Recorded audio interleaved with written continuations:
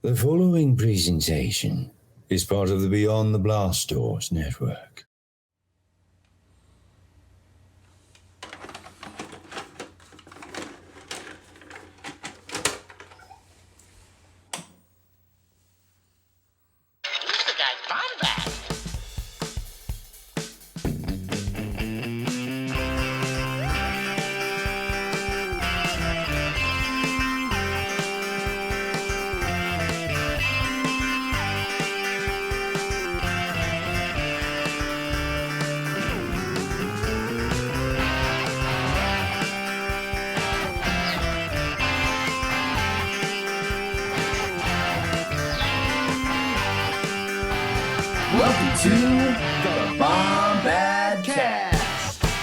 What is up, Bombad fam? Welcome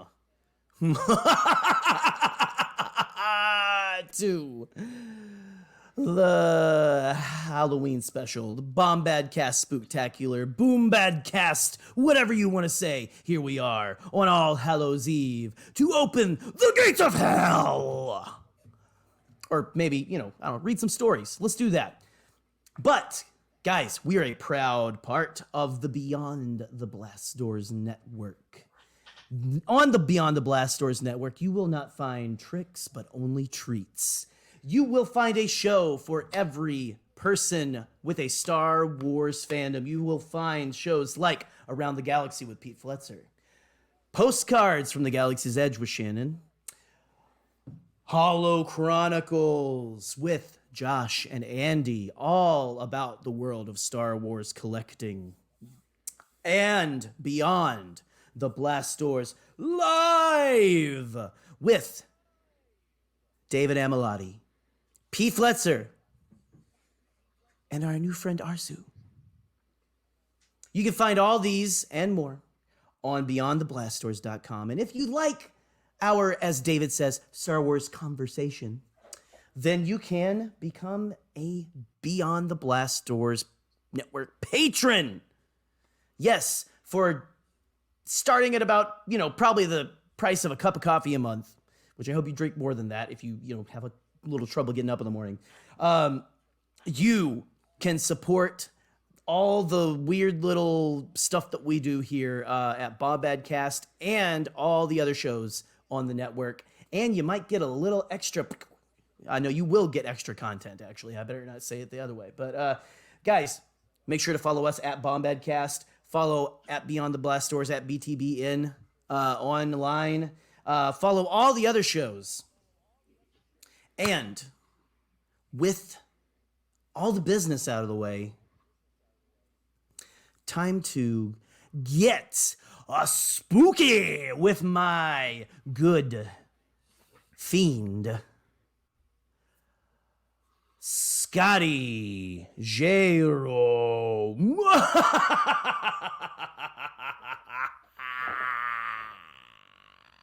Scotty, look out. Scotty, look out behind you. The Kool-Aid Man's being reincarnated as one of those trees from the Wizard of Oz. Look out. I thought you were... It'll throw apples at you. I thought you were referring to... Wait, I forgot how stupid that was in that movie. They are creepy, though. They're like latex trees, and they're like man, I'm going to throw apples at you. I mean, that's the very definition of things that creep people on the internet out, though, is like they watch old movies, and because everything's so low tech, and they're doing things, like they're like, what if that was in my basement and wanted to, like, F me?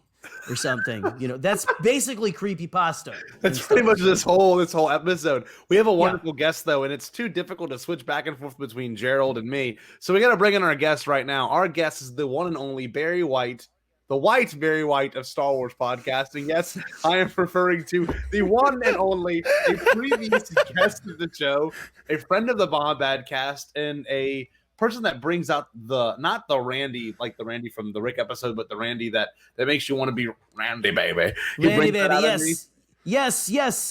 Broadcasting from a VHS found in a Japanese horror film library. It is Jared the Dark Jedi. What's going on, Jared? Oh my. Jared, I'm glad you crawled out of the well to be here with us today. Just really hoping that you don't actually crawl through. Just hoping you don't crawl through the screen. 7 days. Oh no, the green screen's falling. Oh no! Oh man! I was laughing. Do not look at anything, Bob. Fucking anyway. You do not pay attention. That fell, and it was too late. Hi, really everybody. Funny. I'm Jared the Dark. This is incredible. Just look at this madness. Everyone observe this madness. Oh, Frank, you know what would be funny is if the curtain fell and you were just like directly behind mind. me. Like you could see like me broadcasting behind you or something. You're like, pay no attention to the man behind the curtain. Oh, look at this. This is just chaos. I love this. What a handsome guy. What is Halloween but I controlled apologize. chaos? You know what? Perfect. It's fine. It's fine. You know, perfect. Guys, you look more like you're in a Japanese horror film now. So it's fine. Oh man, Jared, glad to have you back, dude. Every time Jared comes on, either something goes wrong or it gets just weird instantly, and I don't know why. I don't know if it's a response to Jared, but Jared brings out this weird thing in me. I think it's the spirits. The spirits are all flowing around here. Definitely, and yeah, Jared's audio is coming from a different dimension as well. Yes, Jared is where is Jared's audio coming from? Jared's audio seems to be coming from the world between worlds, I think. Yes. So his video is from a Japanese. All of it is. That's why everything's so distorted. Yeah. It's all the lightning on Exegol. I personally went to Exegol to bring Ben Solo back. Oh, there you go. Did it work? Did it work? I took it myself. What's the status of that? What's the status of Ben? Maybe. We'll see. Okay. We'll take that. That's good enough. That's good enough. It's top secret. Emails for Rick McCallum to get anything to come back, just like the special editions. The scariest of the Star Wars the worst.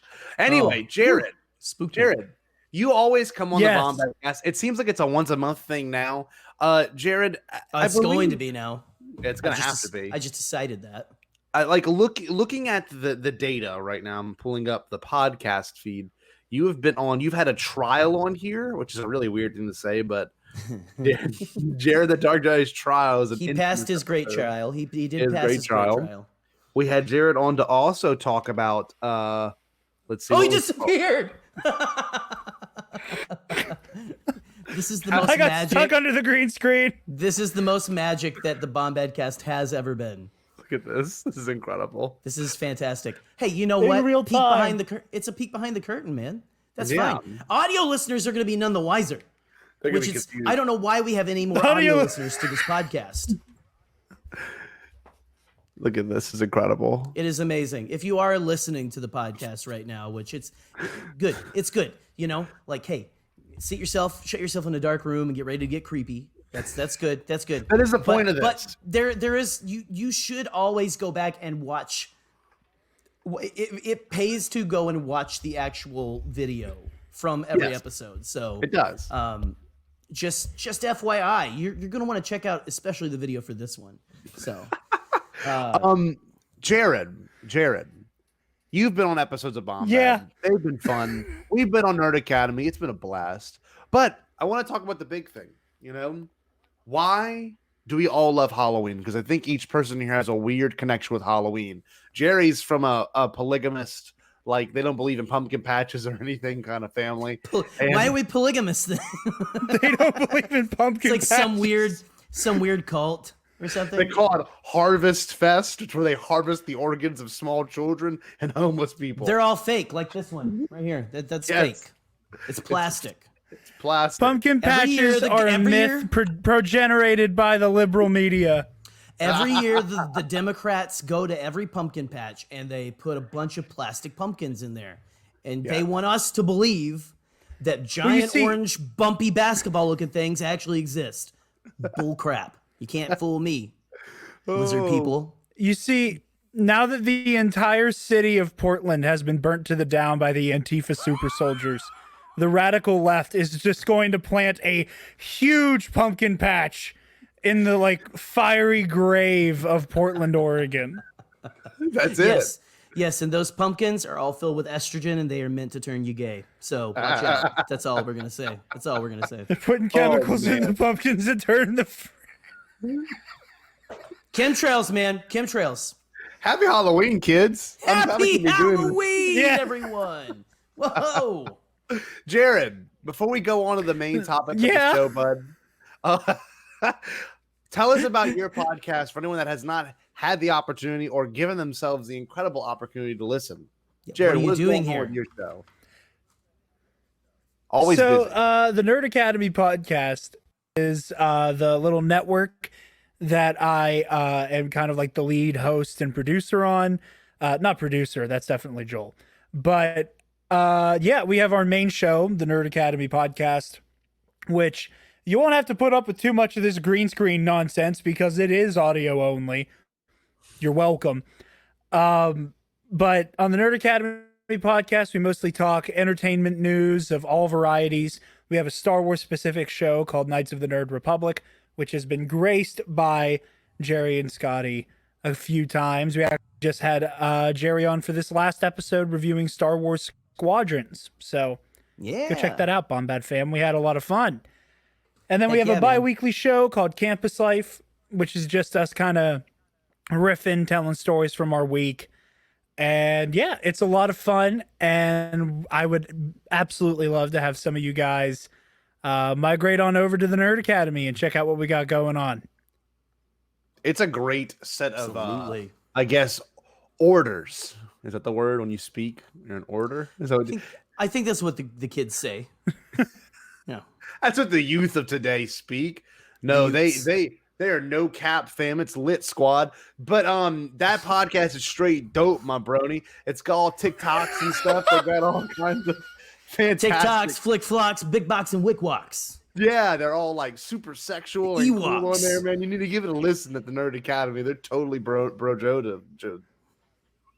Brojotive? No, in all seriousness, Nerd Academy to me is like a charcuterie board. There's all different types of flavors that combine into charcuterie. Yes, a charcuterie. That should be literally what you put as your podcast. Like, you know, like if they said Scotty Jaro says it's like a charcuterie board or whatever. Like those taglines they put on DVDs. Yeah. Stuff. Because we merit that. Yeah, sure. I do like the charcuterie board of nerd pods. So it is a fantastic sampling, though. You guys do a lot of really good quality shows over there. I'm not just saying it because I was on the last one. In fact, you gave everyone a heads up of which episode they can skip. So there you go. No, pull away. I'm not going to talk any longer. What the heck are you doing, man? Let's be professional about this, because nothing about this podcast doesn't scream professional. Yes, exactly. Double negatives. Okay. I know. So, Jerry, the teacher's brain. Why are you on your phone? Number one, and Jerry, number two. I can see it in your glasses. Number two, why don't you tell us? Why don't you tell us about why you chose to do this episode? In all seriousness, this is your brainchild. Just on his phone.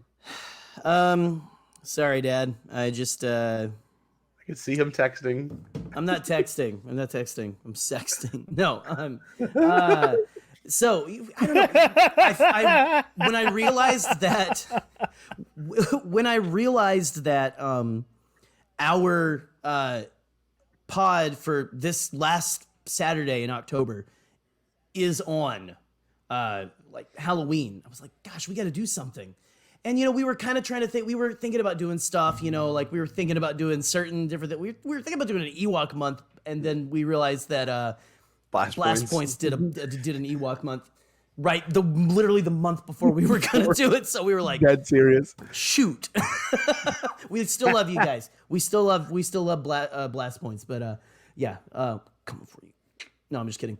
There can be only one Michigan podcaster. I'm sorry, all Loro and all you guys who are up here. But anyway, I was just like, let's do something like super Bombadcast and fun. Like, what can we do that is just a little bit Halloweenish, but, you know, having fun and a little Star Wars related? Because that's, if you described our podcast in any way, in any way. I would say it's a little Star Wars related here and there. But I said, why don't we do me and Jared, especially when the morph suits and Elvis costumes come out. Yes. We should have just re-released that episode, you know? I mean, at Christmas, we can just do a clip show or whatever, you know? Like, yes! I want to do that. Holy crap, we're going to do it.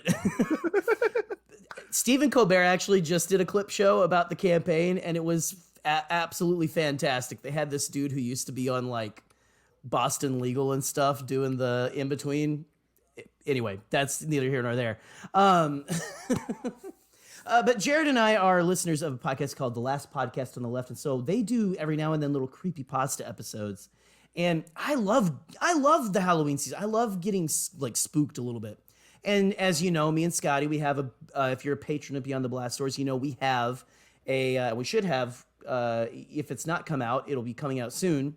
An episode about spooky-ish kind of true encounters with weird things and stuff. And so I'm all into that kind of supernatural, weird, unexplained stuff.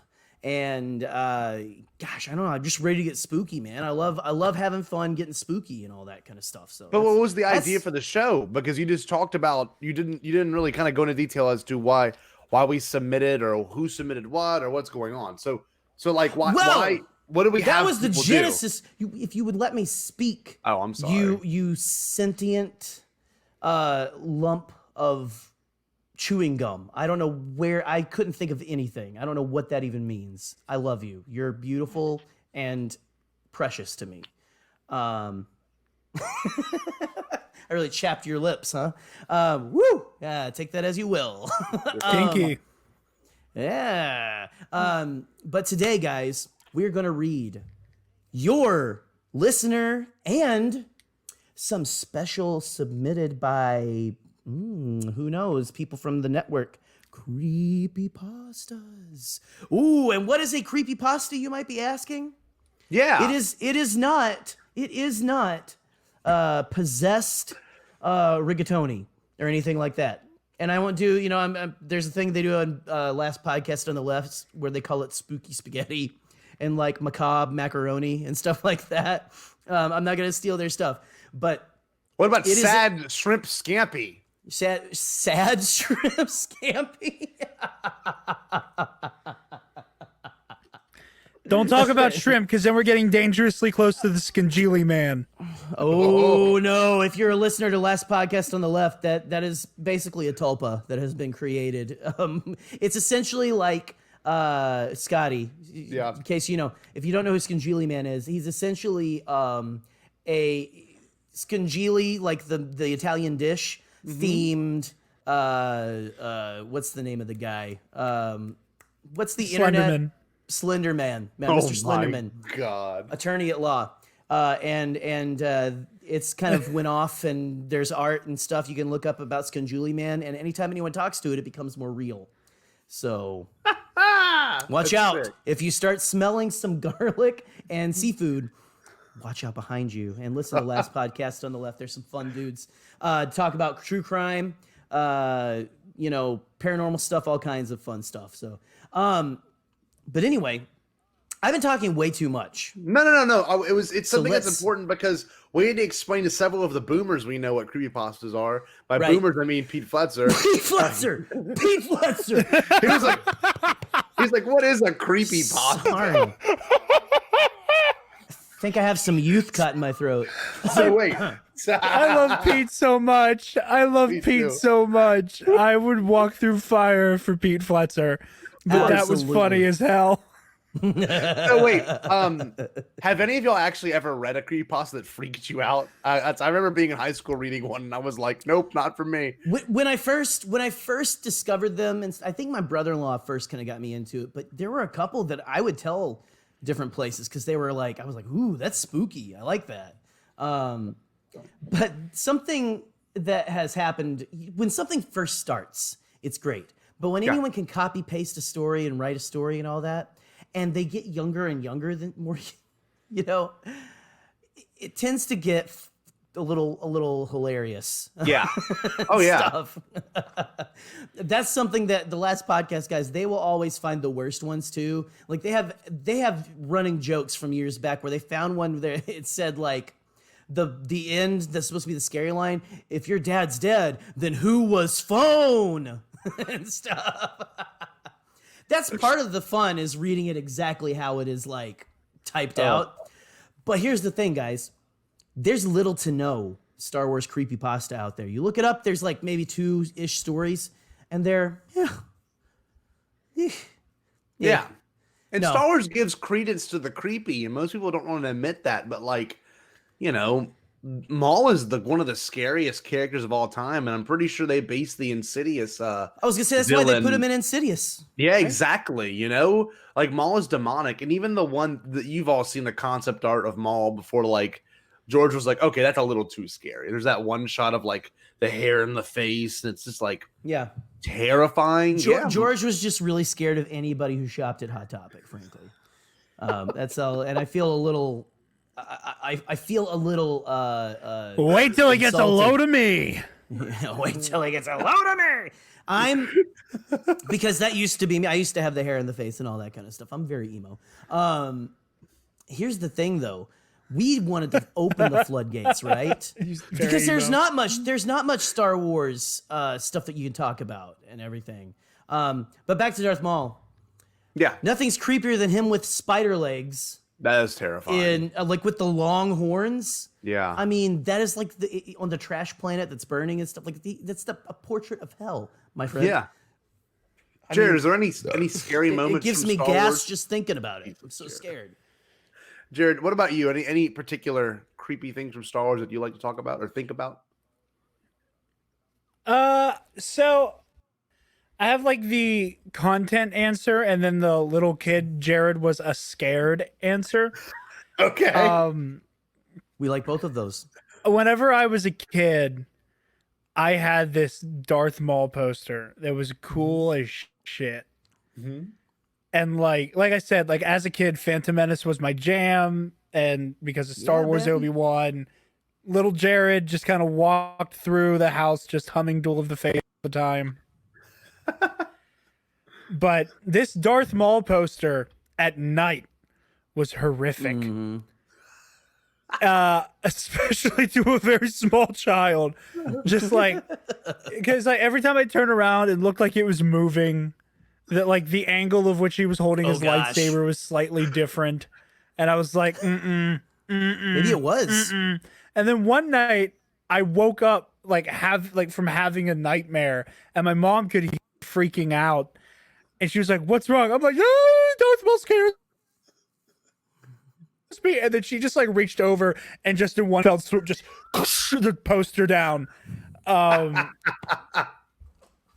because I was scared.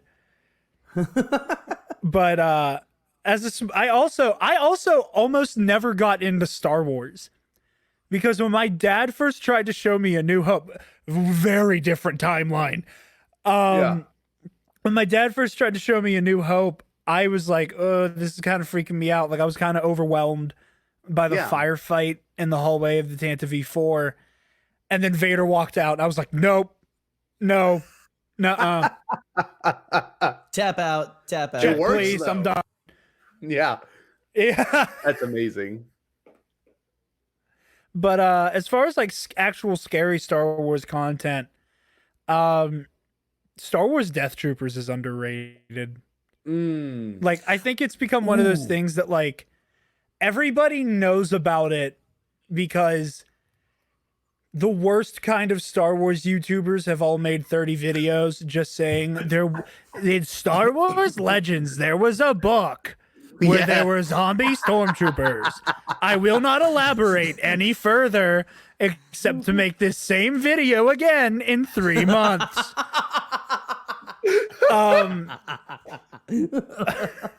But as somebody I couldn't who make it through actually that. read I couldn't make it through Troopers- that book. Oh man, I couldn't make it through it, man. I've been thinking about picking it back up, but I got to the part where but it was really good. Oh, man, I got to the part where the baby Wookiee, spoiler alert, the baby Wookiee's parents start eating it, and I was like, nope, Done. That's too horrifying. That's sad and horrifying. That's my least favorite kind of horror, is sad and horrifying. That's amazing. Yeah. So I found that I really enjoyed that. I know there's a book called Star Wars Red Harvest, which is basically like a zombie contagion breaks out at like a Sith Academy. That's one thing that popped up when I Googled Which I Star never... Wars creepypasta.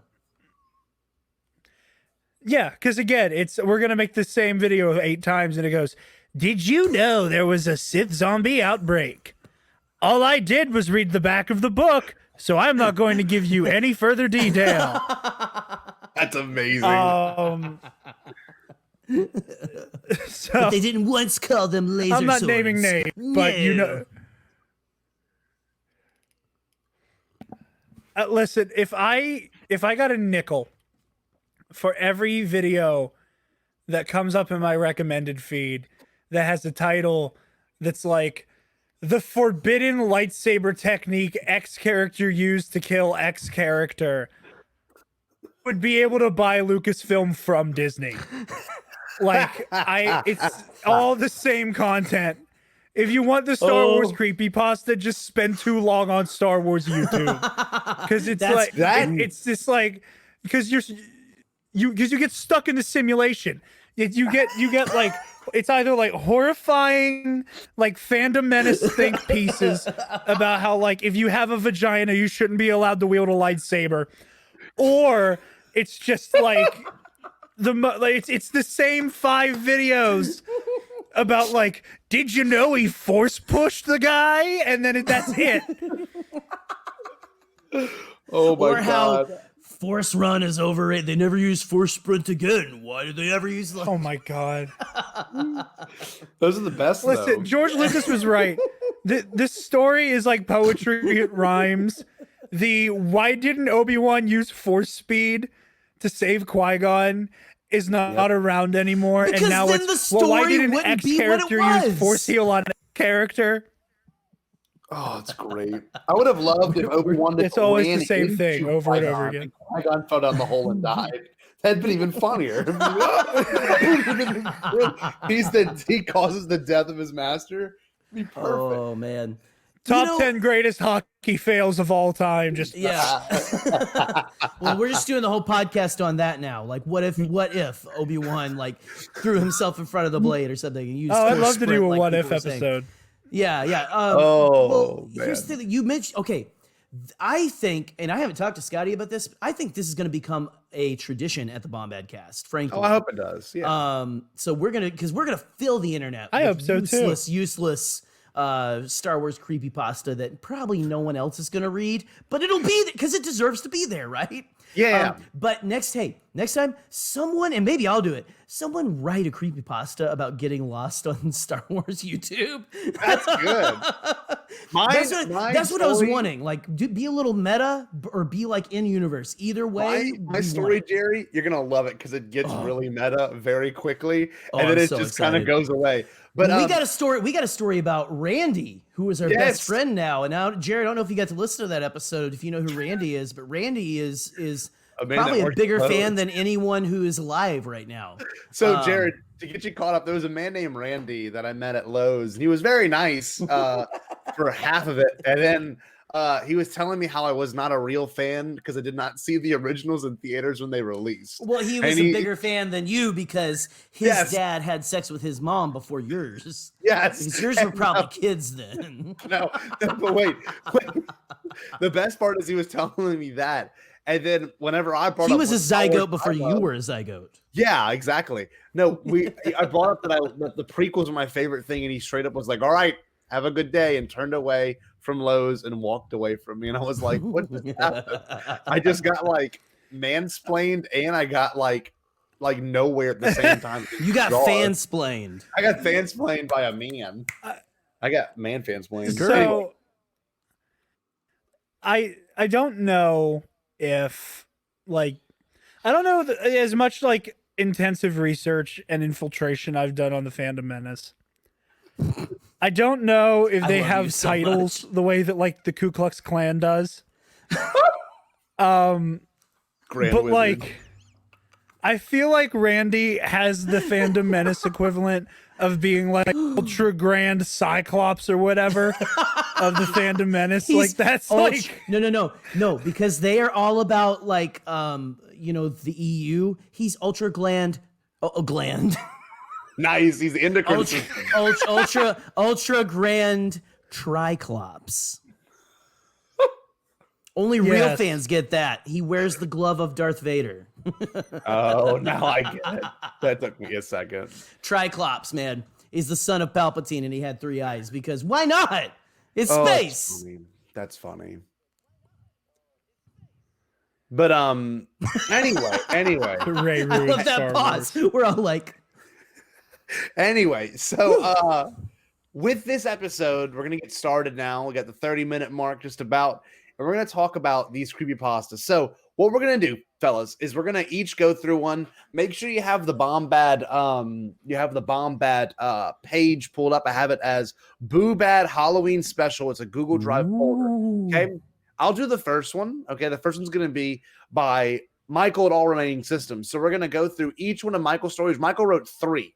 Thank you so much, Michael. We're very happy to have you on and do this. And we're going to end up going through, all 3 of his. Divorce at one end. I made one. Cam Ray listed one, or he made a song version, or not even a song, like an audio version. And so did Pete Fletzer. So what we're going to do is I'm going to read the first one, Randy. I'll let Jared read the next one to The Dead Speak. And then Jerry will do Faceless Puppet. You would take the Randy one. Do you want to do Randy? No. Okay. I don't want it as an afterthought. Okay. Well, do you? No, you know what? Because Randy lives inside all of our hearts. That's true. Also, guys, by the time you're listening to this, I may have already posted it, but check the Bombadcast store because there might be some Randy merch on the way. Nice. So, but, buddy. Jared, do you see the stories? Hey, real quick. I was actually going to ask, can you send me the folder? Sure, I can do that right now. Whoa! Because all I have is the show notes. Give me 1 second. Guys, and you know me so well. You knew to give me the story titled The Dead Speak. I love you. Yes. I got you. Hold on. Yeah, you know me so much too, Scotty. The StreamYard chat. I got you in the StreamYard chats. Just copy and paste that, and it should be right there, bud. Yeah, but I'll get started on the Randy one. The Randy one is incredible. The beginning is so good. So this is by our friend Michael at All Remaining Systems. He has been a fan of the show since day one. Michael is the best of one of the best BTBD. I believe, is he a patron for BTBD? Yes, he is. Okay, he has his own podcast too, right? Yes, did you say that already? I think so. Maybe Jerry. I'm so scared. I've got gas. I'm sorry. Jesus Christ. I love you, Michael. But I'll get started on this one. This is by Michael at All Remaining Systems. Ooh. All right, you ready? Jared, you got your stuff pulled up now, bud? I'm ready. Yeah. Let's go, Jerry, teacher. Too? Yep. Let's go, Dad. Okay, cool. Here we go. This is the beginning of the Star Wars creepypasta. Get creepy, guys. Turn down the lights. All right, here we go. This is called Randy by Michael at All Remaining Systems. Ooh. Let me get my sensitivity turned up my mic so y'all can hear some nice crispy mouth smacking. Here we go. You like to be as sensitive as possible, don't you? I do. Ready? Here we go. My heartbeat pounds through my ears as I run down the aisles of Lowe's.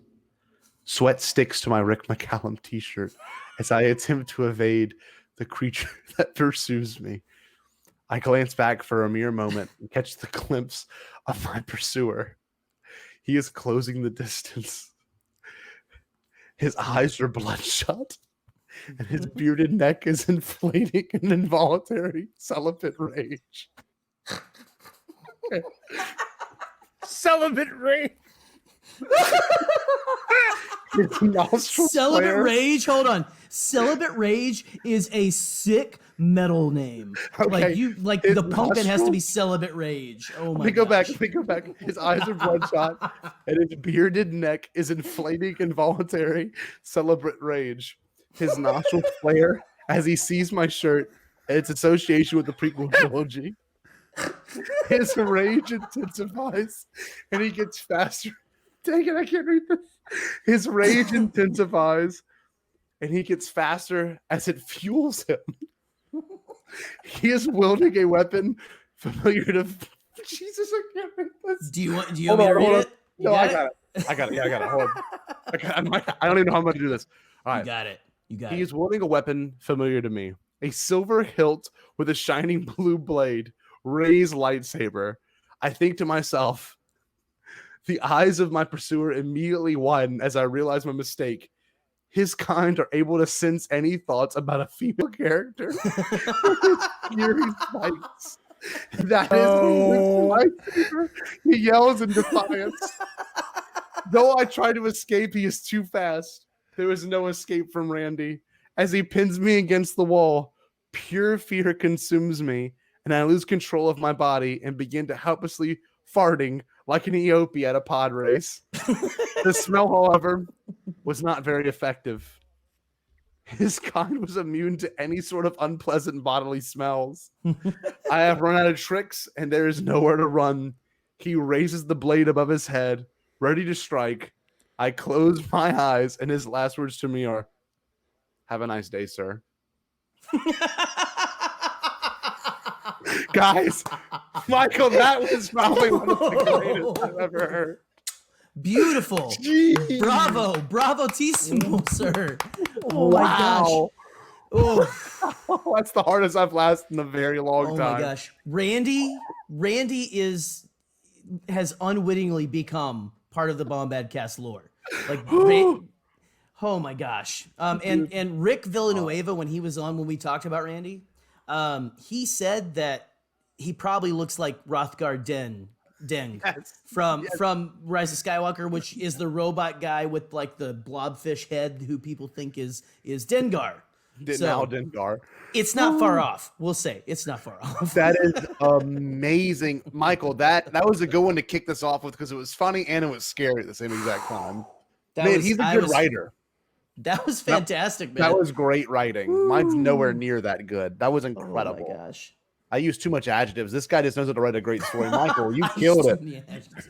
So Jared, we're gonna have you go on next, do yours, and I believe Jared gets the dead speak. So, Jared, if you have it, or the dead spoke, I'm very happy. If you're ready to read yours, that'd be amazing. But Michael, you're killing it. That was hilarious. That was genuinely so funny. And if you don't mind, that was damn good. We will screenshot these and have these posted for Halloween so everyone can see your story. Well, and I was wondering, maybe we'll talk to David or something and see if we can put them on the Beyond the Blast Doors website. Oh, that would be genius. That would be so deserved. There you go. They deserve to be on the internet. They deserve to be on the internet, especially Does anyone real quick have a favorite moment from that one? My favorite moment was the like the pulsating neck and just I imagine like a frog's neck, but like with neck beard on it. Pulsating with celibate rage is probably that could become a t-shirt in and of itself because like that is celibate rage is like I would drink from a coffee cup with that on it, you know. That's almost as good as fanboy tears. I know people whom I would get that coffee cup for. That's awesome. Celibate rage. So, that's Jared, gonna be. Did you have a favorite section from that or no? That one was amazing. Oh my god.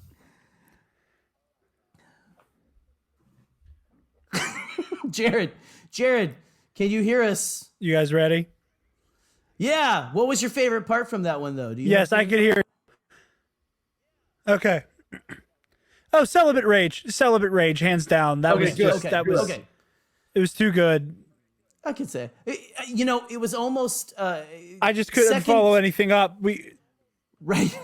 Second place would be he can sense the thoughts of anyone who's thinking of a female character. Yes, that was incredible. That was amazing. Oh, that's good. Absolutely. But if you're ready, Jared, you got to pull it up. We'll let you read this next one. The Dead Spoke. Yeah, let's do it. Also by Michael, so we'll get Jared on the biggest screen. All right. Nervous. The dead spoke. It spoke for many years, a whisper in the back of your head. Sometimes it was your friend. Sometimes it was your tormentor. But it was always there, in the shadows of your drawing you to the places you dare not to think on your own. Eventually, the voice won. You gave in to its desires and cast aside the light in favor of the darkness that it offered. It led you to the evil one sharing that voice. The evil one enslaved you, a friend no longer. The evil one made you destroy that which you once loved, only to have you turn against him and destroy him in turn. Twisted and scarred, you became the evil one. And yet, the voice persisted. It grew stronger, until others across the stars could hear its sinister voice. You hunted relentlessly, before finding it in its sanctuary of darkness. A rotting corpse, a specter, a ghost of gray and powerful evil. He was the voice. He continues to whisper offerings and temptations. His resources are great, and thus he is spared you from your wrath. He is spared from your wrath. But when the time is right, this shadow could easily be slain, just as you slew his echo. After all, what could this shell of evil compare to the evil it has made you? Dang, that's just Lucasfilm. That's just a great excerpt from like a novel about Kylo Ren, like Ben Solo's rise to be Kylo Ren or fall. You're a great reader. I will say that. Dude. Too. That was nice. Man. I love that though. This shadow could be slain like I slew its echo. That's is good. Amazing. That's amazing. That is. I would consider that canon. Yeah, I was just getting very chills. good. I was getting chills. That was just good, Michael. Agreed. Damn, man. Good job. Like, oh, holy crap. That's, and I was watching Rise of Skywalker the other night, just a little bit, just had it on while I was doing other things. I've been reading the, I have right here, the Star Wars book, very easily named for people who, need to remember things like me. And that's a good Halloween one to watch. Like, it's a good one for Halloween. Not only because a lot of people, the people who don't like it are scared. You're like, no, not Rise of Skywalker. But also just because it's got a lot of, like, you got zombie Palpatine hanging from, like, I don't know. It's like Omen harness. It's like Omen harness, but I was gonna say it's like a Toy Story, like the claw arm for a claw machine and stuff, but you're pulling up like a rotten old man. Like, congratulations, your prize is a corpse. But anyway, spooky. Exegol. Here is a dead head of state. Yeah. Here, we took Trump, killed him, brought him back to life with devil magic, and he wants to live inside your body. Put his soul inside your body. Amazing. Oh my God, that's great. Whew. But anyway, man, if you let Trump do essence transfer on you, all you do is eat KFC and drink Diet Coke. Like, that's the tell. Once he's sunken his claws into you. You better get used to the smell of burger farts for the rest of your life. What could you give me? Everything. I can give you everything. It's huge. I could give you more than anyone's ever given anyone. I'm the most giving of anyone who I've ever seen, but I can't really see anyone around here in Exegol because it's very dark. It's very dark. I can't see anyone. But yes, I've got all my people. Eric, give him a burger. Bring him a Big Mac. That's amazing. That's it. No, I love that. Jared. You did a fantastic job. Well, that was fantastic. Thank you very much. That was great. You, sir. Thank you. Thank you to Michael, who's a phenomenal writer. Oh, dude, yeah. It's beautiful. Jared, you have not only a voice for radio, but your face is beautiful. That's what I was going to say. I don't know what I'm saying anymore.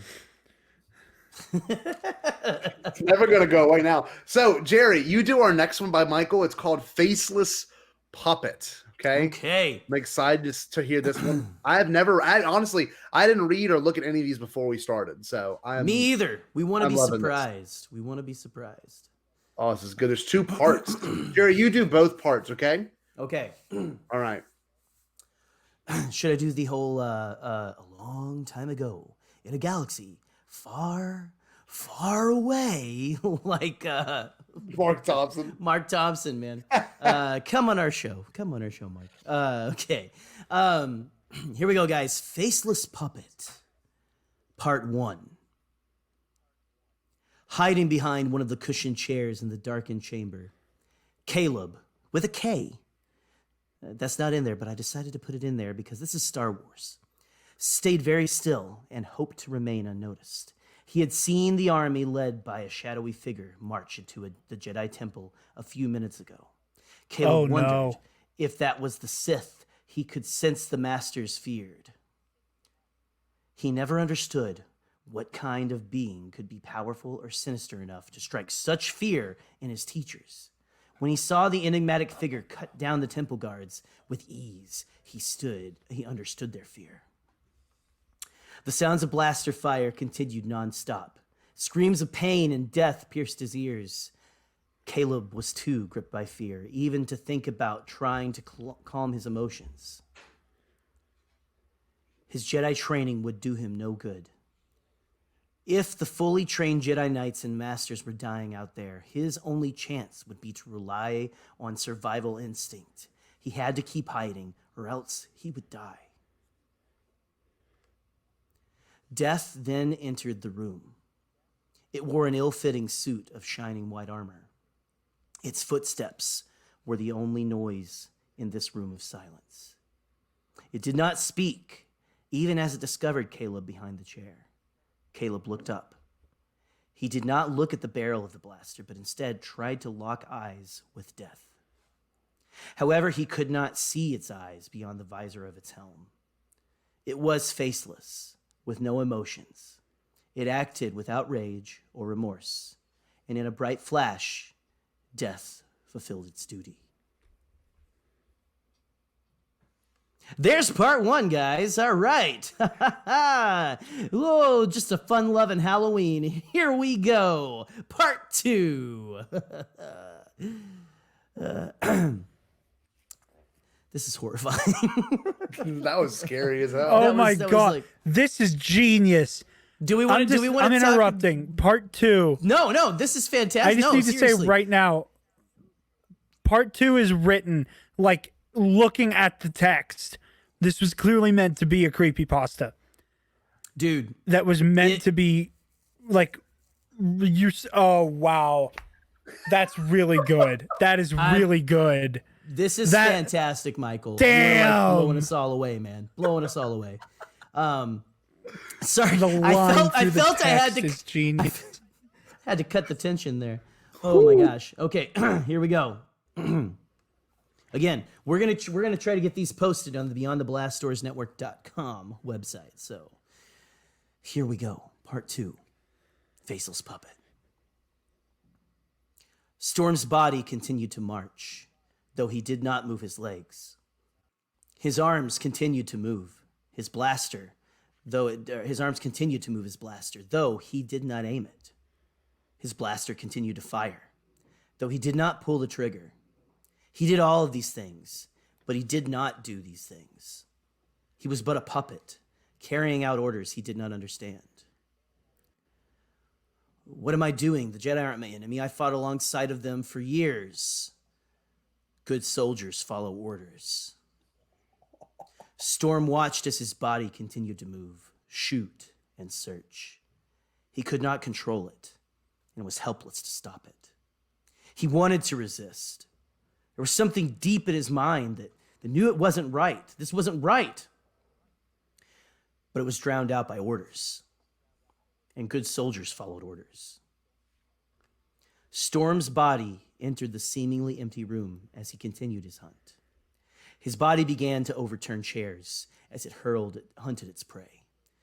Storm didn't want to find anything. He wanted whatever was happening to end. He wanted his body back before it could do any more harm. But when he saw something hiding behind the chair, he knew it would continue. He's unarmed. He's not even fully trained. Run, fight. Don't let this be your end. Good soldiers follow orders. His arms raised the blaster. The untrained Jedi looked in his eyes, searching for the man behind the helmet. Storm met the Jedi's gaze, but his thoughts and feelings could not pierce the veil that separated his mind from his body. I'm so sorry. Good soldiers follow orders. The finger squeezed the trigger. His body continued to march, and his mind continued to drown in thoughts that were not his own.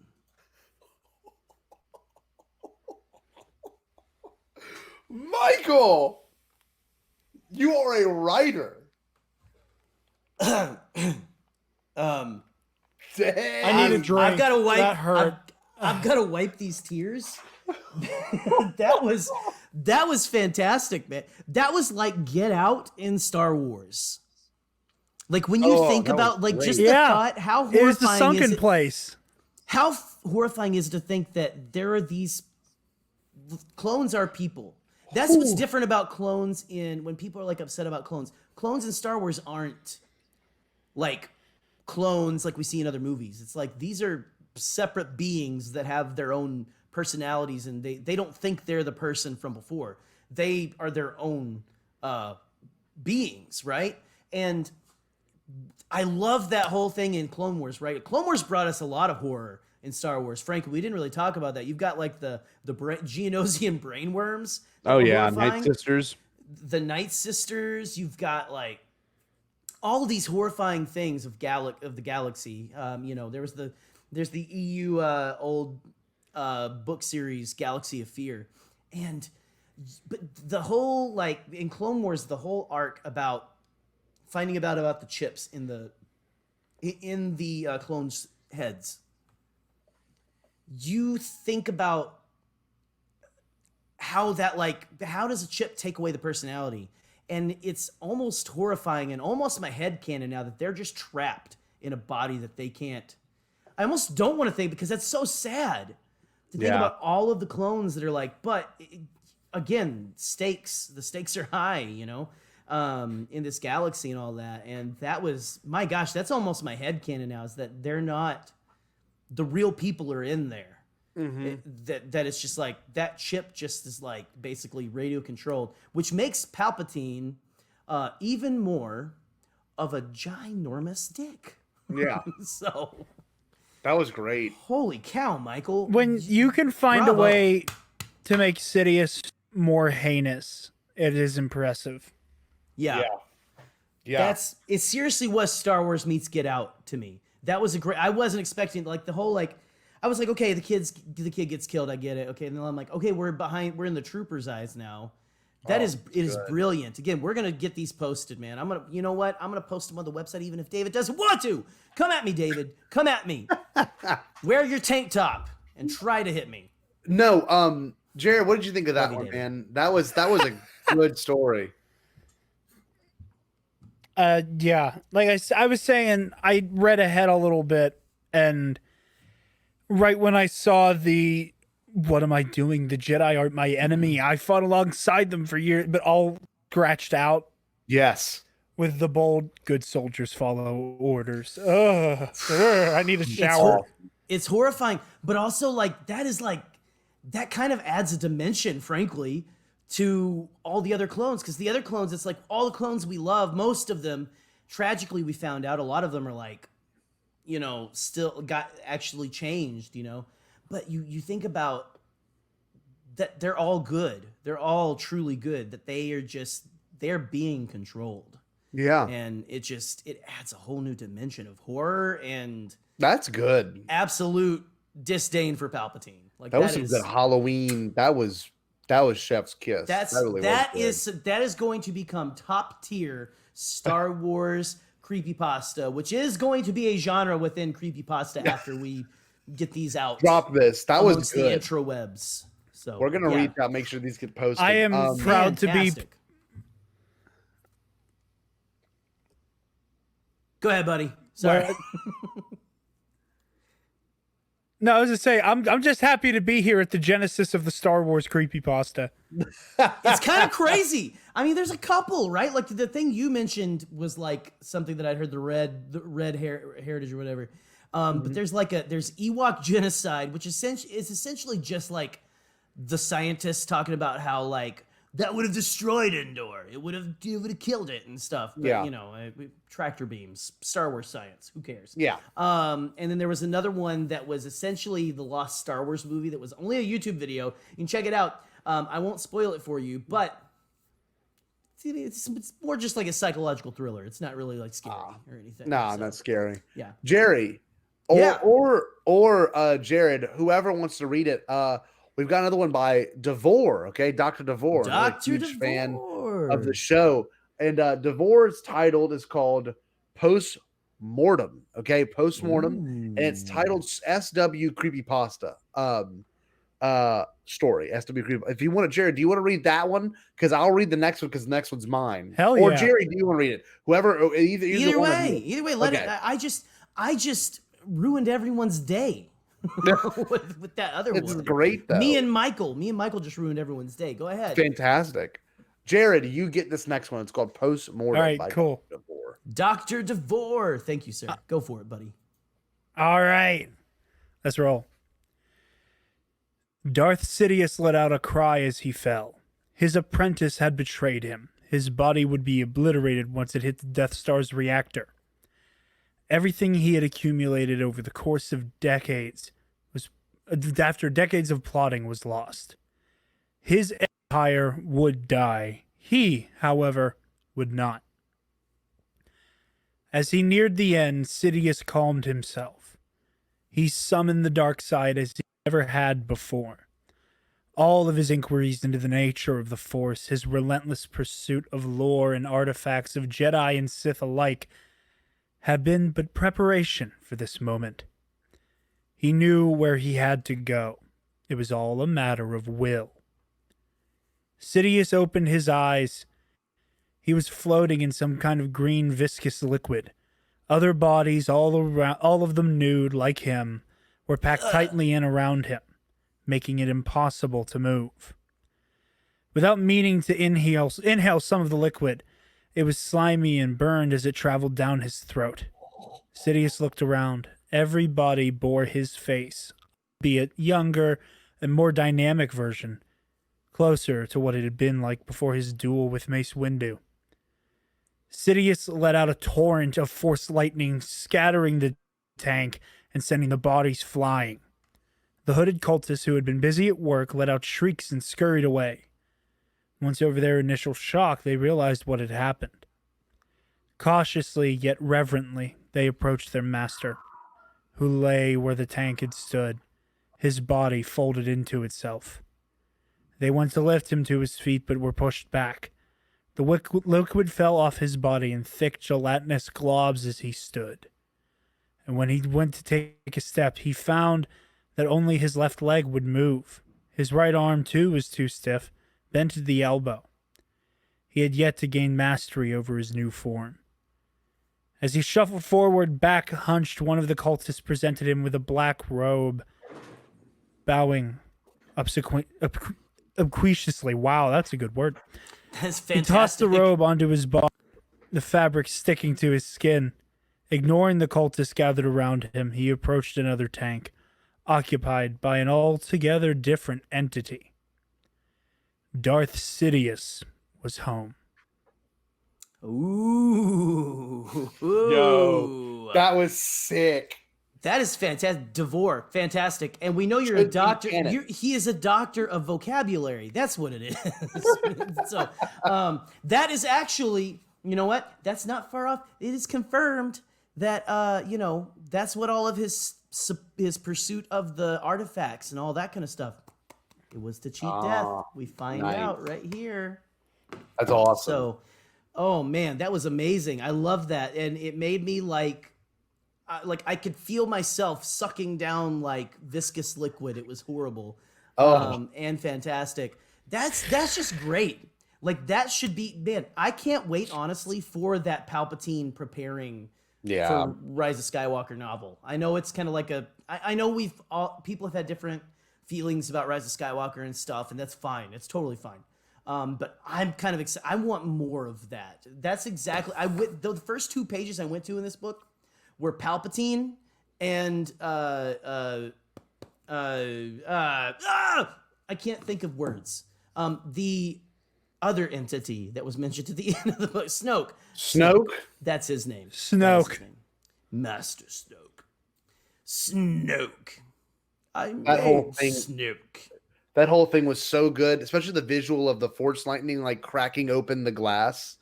That's amazing. You've got like the whole like, it almost was a little Terminator when it's like him standing up and stuff, and the globs and stuff falling off. Meets Ghostbusters a little bit, you know. I couldn't help but think. You guys know I love Ghostbusters. Couldn't help but think about like Bill Murray going "da," like trying to wipe it off on some books, you know.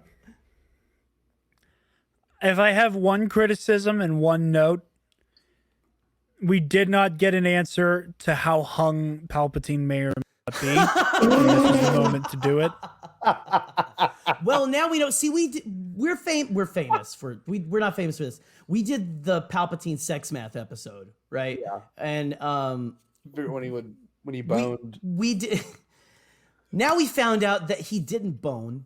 So is he like Ken down there? Like what's going on? I don't know. You know, like I gotta think he's got some Palpatine. We didn't bone that we know of. No. Yes. No, that we know of. I mean, maybe in his earlier days, but let's see here, okay?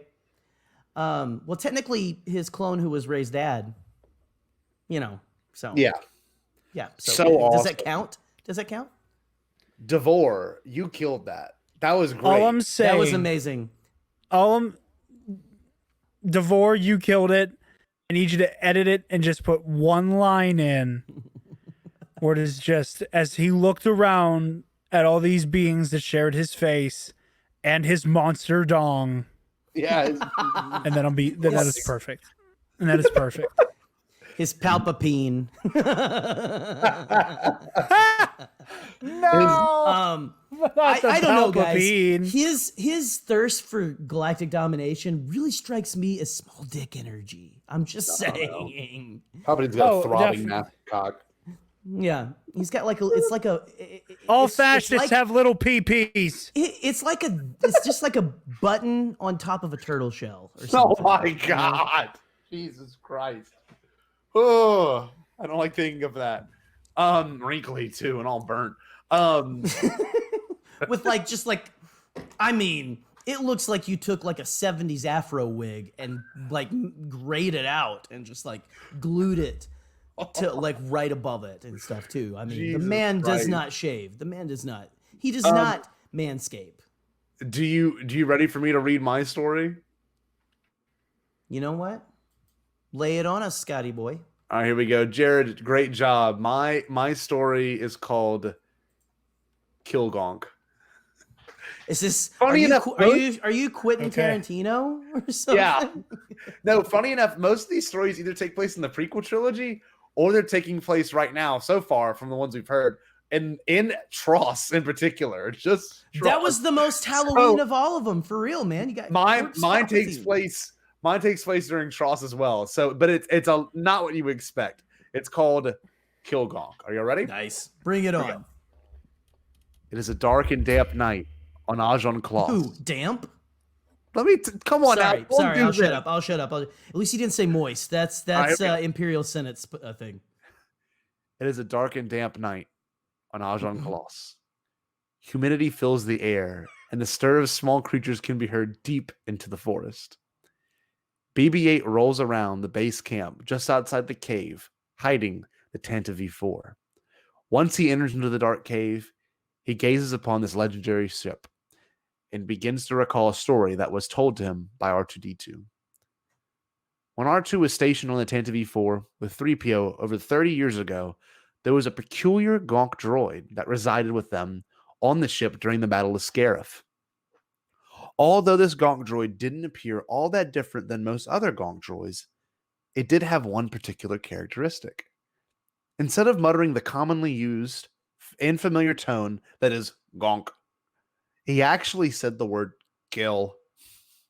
R2 and 3PO always stayed far away from that droid, and when the Empire took over, they saw it as a sign to flee from the ship, never to worry about that droid again.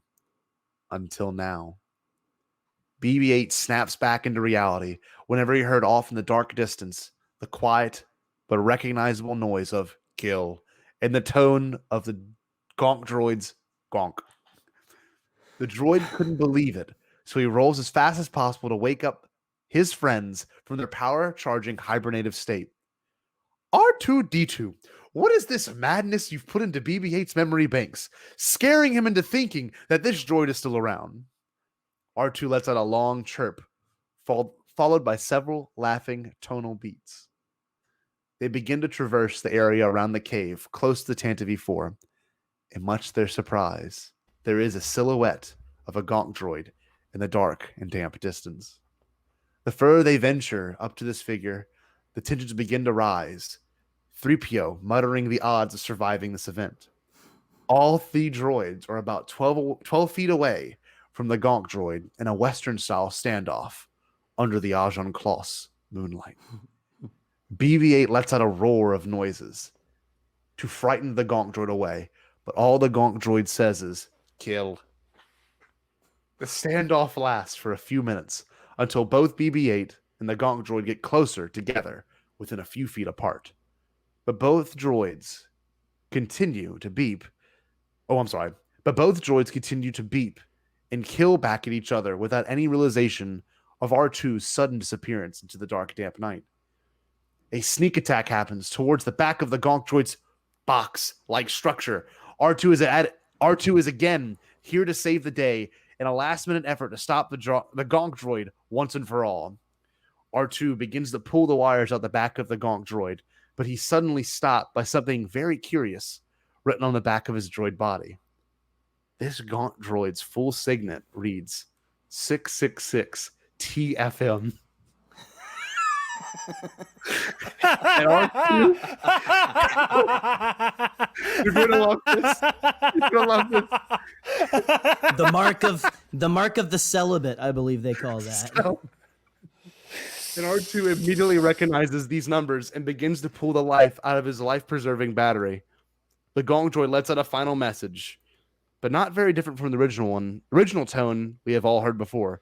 This time is a full and haunting phrase of, kill Kathleen Kennedy.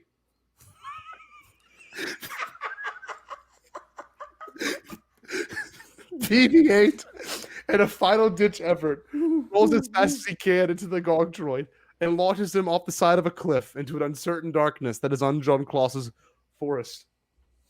The entire way down, the phrase "kill Kathleen Kennedy" was heard quietly falling into what must have been a very gruesome death.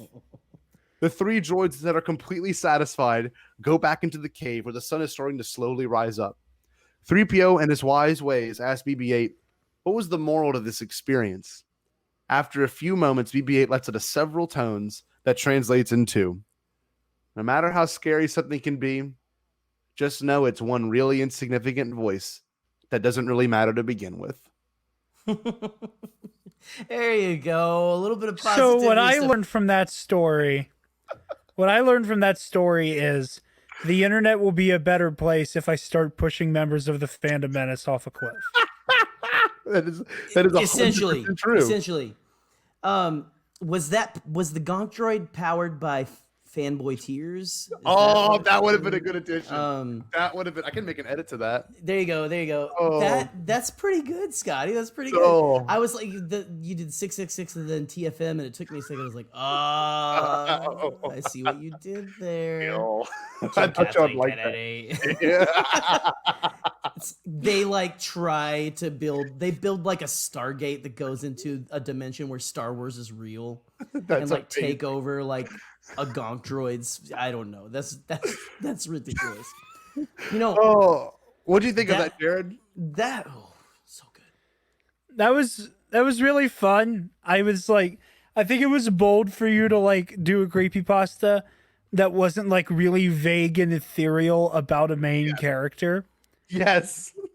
And then it was a really fun bait and switch, because at this point we're all expecting it to be some amount of like actual like, oh, how are they going to stop this gonk droid? Yeah. And don't realize that it's a really elaborate joke about the Phantom Menace. Yeah. Until it's too late. So like did R2 get like infected by this thing? Did you say that? No, in he this just thing? pulled Oh, out okay. his powers, and then like his last thing was saying like kill Kathleen. You know. Okay. I was like, for a second, I thought that R2 said that. I was like, what? No, No, R2, no no. R2. They can't have R2. That would be a fear. That would actually make it a creepypasta. That would make it creepy. Mine was more of a parable, it seems. I love though that you were doing the French pronunciation of Agent Claus. We're going Agent Claus. Oh, I thought it was always. Jean-Claude Van Damme or something, kind of a thing. Oh, but I wasn't gonna say anything. I thought it was Jean-Claude. I thought you were just doing it. I loved it. I was like, I thought that was the way you said it. Agent Claus. That's what I thought. Agent Claus. Oh, that's good. Oh, you know what, Scotty? That is fantastic. That is fantastic. Give me a little bit of the Kathleen Kennedy is shot into the sun. Oh, yeah, that's shout out to our French listeners. Hey, good to see you guys. We've had we've actually just takes a big pull off a cigar, just big pull off a cigar, just you dumb American bastard. we know you're sitting outside of a French cafe right now, masked up, of course, smoking a tiny probably thin not because France probably hit smoking a tiny thin you guys are probably well past it for months. Smoking a tiny thin there you go, Jared, good job, buddy. I don't have my we do have on the Bombadcast theme store, see, you can get a Knights of the Nerd Republic one or a Nerd Academy mask. You can also at the Bombadcast shop on TeePublic get social distancing, which is a Jiao Yaoza mouth mask. I think I'm the sole owner right now, so it is a little horrifying. It's so genius. It's so genius. Get it for Halloween. Go scare people at your local grocery store. If I wasn't if I wasn't too much of a shill and felt the need to only wear this one anywhere I went, you should. I hate you for being so smart to think of that. I was Joe's my thing. I looked at TeePublic. I'm like, it's a fucking Joe Yowza mask. Social distancing was just like, that's fantastic. Yeah. Oh, that's amazing. Still available. You guys are the best for a reason. Thank you. You're so sweet. And there's going to be a Randy t-shirt in the next few days that I think everyone will love. Just saying. I'm probably have multiple Randy shirts. I plan on getting a Randy shirt. Randy is becoming a part of our stuff. So, Scott, real quick, I actually found a Star Wars creepypasta that is, since I didn't write one, would you allow me to read a Star Wars creepypasta? Yeah. That I have found on the internet. Yes. And it's very short. There's a couple of them. I think there's a Raylo one actually, but I can't get into it. It's called My Master. And it's based. I think they said they took it from another It's based on a creepypasta, but they put Ray and Ben in it instead. So that's not as creative. You're not creative. I'm just kidding. You're creative. I'm listening. But this one actually, though, I think is what you were talking about. Yeah, go look for that horny? one. That was called. Is it scary and horny? It says it has graphic sexual content. Oh God! So, which I honestly wish I could get into because it would probably be great for me. Yeah. To read very erotically. But I found Star Wars creepypasta Red Zero, which I think is you were saying something about like a zombie outbreak or something. It was called Red Harvest. Red Harvest, okay, like Blue Harvest. I can't. Yeah. Star Wars. This is called Red Zero. Very clever. It might be the same thing, but it is written by Darth Grizzly. Okay. He must be from Canada. And I'm gonna read his little intro, just a tiny like couple sentences, and then I'm gonna get right into it. It's just like a couple paragraphs. So here we go. Without further ado, Red Zero. Hello, I'm Darth Grizzly, not me, him. I'm here to tell you a story that was kept classified by the Rebellion and the Empire for years since. But first, let's go back to Zero BBY to set the story. Sit back, relax, and enjoy the tale of Red Zero. So, I don't know why this guy isn't writing more stuff. My gosh, come on, man. That's a great intro. Darth Grizzly, yeah, you know, like he was Lord Mommon's. He cleaned Lord Mommon's toilets, I think. Yavin 4. If you're a listener, Darth Grizzly, I'm just kidding. Yavin 4, 0 BBY. The Battle of Yavin has begun. A squadron of X-Wings and Y-Wings take on the Death Star in order to destroy it before the Rebel base is blown up. It was close, but Red 5, Luke Skywalker, that is in parentheses in the story, so that's why I said it like that, manages to destroy the Death Star with help from the Falcon. Not Han Solo, the Falcon. A victory with many casualties, but one death was forgotten as soon as it happened. I'm going to read it as is, too. But one death was forgotten as it happened. His name was Alex Miles. Red 0. Alex was a child of an Imperial family, but escaped from the Imperial Academy after causing a riot at the Academy. Did you know he's from the Imperial Academy? Because he came from the Academy. I mentioned it a couple times before. He was found, he was found, but it says he was founded by members, he was founded by rebel pilots in a stolen freighter. They saw potential in Miles, so they trained him to be an ace pilot. Unfortunately, he was rough, arrogant, and genuinely a cocky person, kind of like Jared. He participated. Yeah. He participated in the Battle of Scarif and eventually Yavin. Sadly, due to his arrogance, he was shot out of the sky by TIE fighters. He never had a funeral. Because we know that about Star Wars. They never do a funeral. Not for Han Solo. Han Solo doesn't get a funeral. None of you guys get funerals, okay? Yeah. Don't even start the fandom menace about that. Qui-Gon got one. Qui-Gon got one. Suck it, everybody else. Darth Vader got one. Yes. And I'm sure that YouTube... It's as if 1,000 voices on... Yes, Padme got one. It's as if 1,000 YouTube channels screamed and were suddenly silenced. One. Okay, anyway, so he didn't get a funeral, just like all the other secondary characters. No one cares about him. Imperial Space 2 ABY. Ooh, now we've gone 2 years into the future. Somewhere in Imperial Space, an ISD, parentheses, Imperial Star Destroyer, in case you didn't know, was doing a routine patrol around the system. Everything was clear in the scanners. That is, until the captain spotted an X-Wing about 3,000 meters from the bridge. The captain described the X-Wing as burned, broken, and wrecked. But, you know, I don't know. You gotta check yourself before you wreck yourself. That's free. That's not in the story.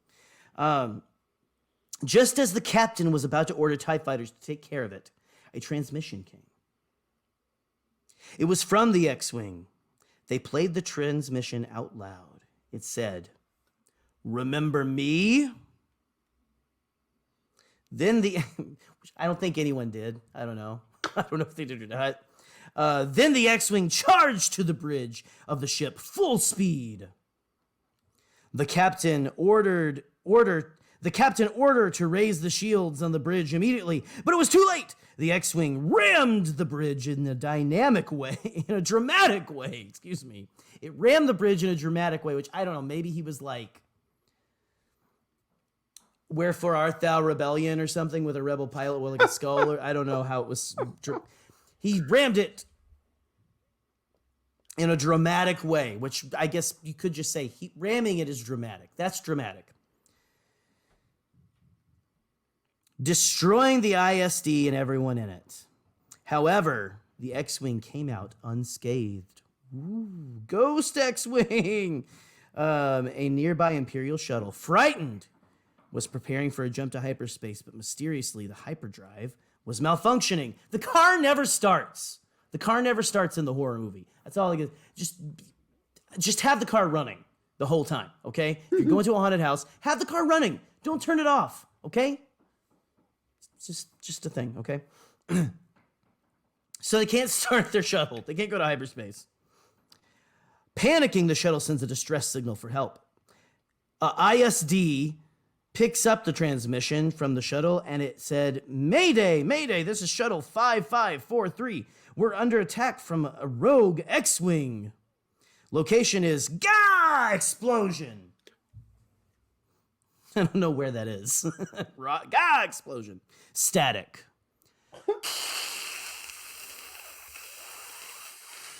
That's what it would sound like, I assume. Remember me. Or remember me? So he talked to the Imperial Star Destroyer. Both the shuttle and the ISD were destroyed by the X-Wing in minutes. Literal minutes. Legend has it, the X-Wing is still spotted by Rebel and Imperial pilots. Those who see it have the same transmission before being killed off. So I guess no one's... How do the stories persist? I'm being Jack Sparrow in this. And then where do the stories come from? Remember me? Rebels identified the X-Wing as none other than Red Zero, Alex Miles.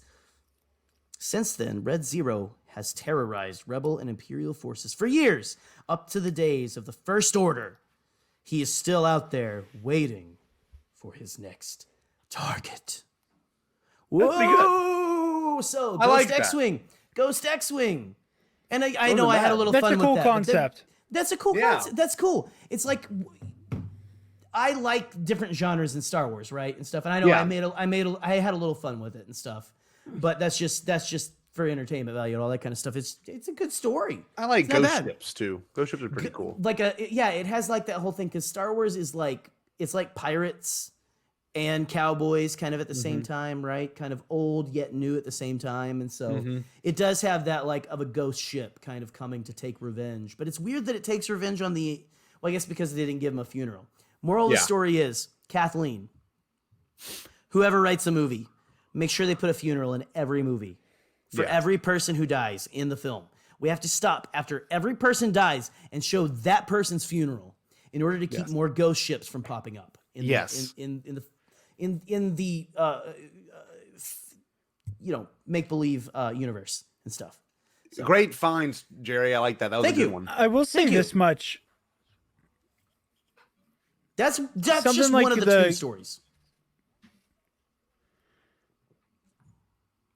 Something like the ghost ship, and I'm sorry because there's a delay and I keep accidentally interrupting both of you. I apologize. No, dude, you're fine. You ghost ship. For mild shameless plug here.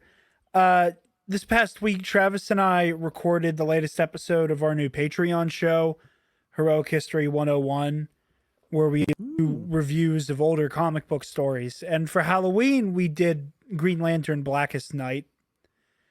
Oh, and nice. After hearing that story, I can't help but think of like what a Star Wars version of Blackest Night would be like. Where like, you know, off the heels of this, because it's coming off the heels of Infinite Crisis, where, you know, Aquaman's dead and Martian Manhunter's dead and Flash just came back to life and Batman's dead. All these characters, all these heroes across the board have died in the line of duty. And then the dead rise. Like the absolute terror that would be from like a zombified Grievous. Dude. You know, like all of these just ghoulish villains coming back from the dead. Just anyway. That would be pretty cool. Let's say Marvel, get on it, man. You know, I know that was DC, but Marvel did, you know, the Marvel Zombies and stuff, you know. So, hey, let's get something like that going for Star Wars. Let's start the what if stories, right? Definitely. Spicy hot take. Oh, bring it on. Deadpool kills the Marvel Universe is infinitely scarier than Marvel Zombies. It is. I've read that, and it's horrifying because it's like a slasher film. It's like if Deadpool's inner voice, Scotty, if you never read it, starts to tell him to go just kill everyone. And it is actually horrifying. So you got Deadpool being his funny stuff. It's horrifying. Yeah. But yeah, if you something like that, yeah, that is way more horrifying. But That's something sick. like those, like a comic run in Star Wars, would be fantastic and stuff. So, hey man. So we've Just got gotta our put that out last two submissions we're going to get through real quick. Ooh. We've got Here we both go. audio. Cam Ray sent one that's 8 minutes long, and Pete Fletzer sent one that is only 4 Cam. minutes long. So I what said would 2 you- minutes, Cam. I said What 2 should we do minutes. first? What should we do first? Ah, man. I don't know. Are both of them serious? I don't know. I haven't listened to either of them. I don't know. Hmm. Let's do Pete's first. I'm gonna get it screen shared, and then we can close up the show with Cam's. All right. Once again, I would like to reiterate that Pete Fletzer had to be told what a creepypasta was. So love you, Pete. Love you. All right, hold on. I think I shared the wrong right. one. Give me 1 second. Let me share the other one. Scotty, why are you for the audio listeners? Why are you looking at underwear for pigs? Is What in that the really? world? Is that one of the things? No. I don't know. All right, here's Oh, Pete. no. Here's Pete. Just trying to think of something. Here we go. We're just gonna have our Okay. reactions on the screen. So whenever we hear Pete's, I need to click share audio. Dang it, I keep messing this up. Hold on. Darn you, Scotty. For anyone that's been listening, I hope you've enjoyed this episode. I will say this has been one of my more favorite ones we've done in a while. I love stuff like this where people want to display their creativity and want to talk and hang out. So Heck yeah. this one's titled let me see, I have it on the show notes. It is titled She Needs to Know. Okay. Ooh. So let's hear it, fellas. Here we Sounds go. I'm gonna juicy. click play. About 4 minutes long. So hopefully let me know if you can hear it. Okay. Give me a Okay. thumbs up if you can Okay. hear it. P. Fletzer, professional writer. And audio recorder. Yes. You need to know. He did write his own audio Star story. Wars Creepypasta Story by Pete Fletzer. Sound effects We too? aren't meant to do much more than our programming. Just a probe droid, a Viper droid, if you will. Millions of my kind have been produced, pressed into pods, and propelled into the regions of space that the Empire has no intention of wasting valuable human resources on. Unless we find something. My programming told me that I was headed to a system that had been abandoned for several years. In fact, the prime planet in the system no longer existed on charts. As all probe droids do, I loaded all the information about the system I was visiting into my data unit so that I was able to identify variations and discrepancies. It is apparently classified information that the Alderaan asteroid belt was once a planet destroyed by a top-secret Imperial operation called Project Stardust. I was launched by the ISD Cacophony several days ago, and now, here I am, daunting from rock to rock, looking for something.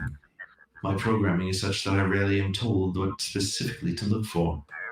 I am only there to capture images and send alerts when something is out of the ordinary. And something is out of the ordinary. My circuits are picking up a strange energy field that is extremely unusual for the physics of an asteroid belt. I make my way over to a particularly large chunk of debris.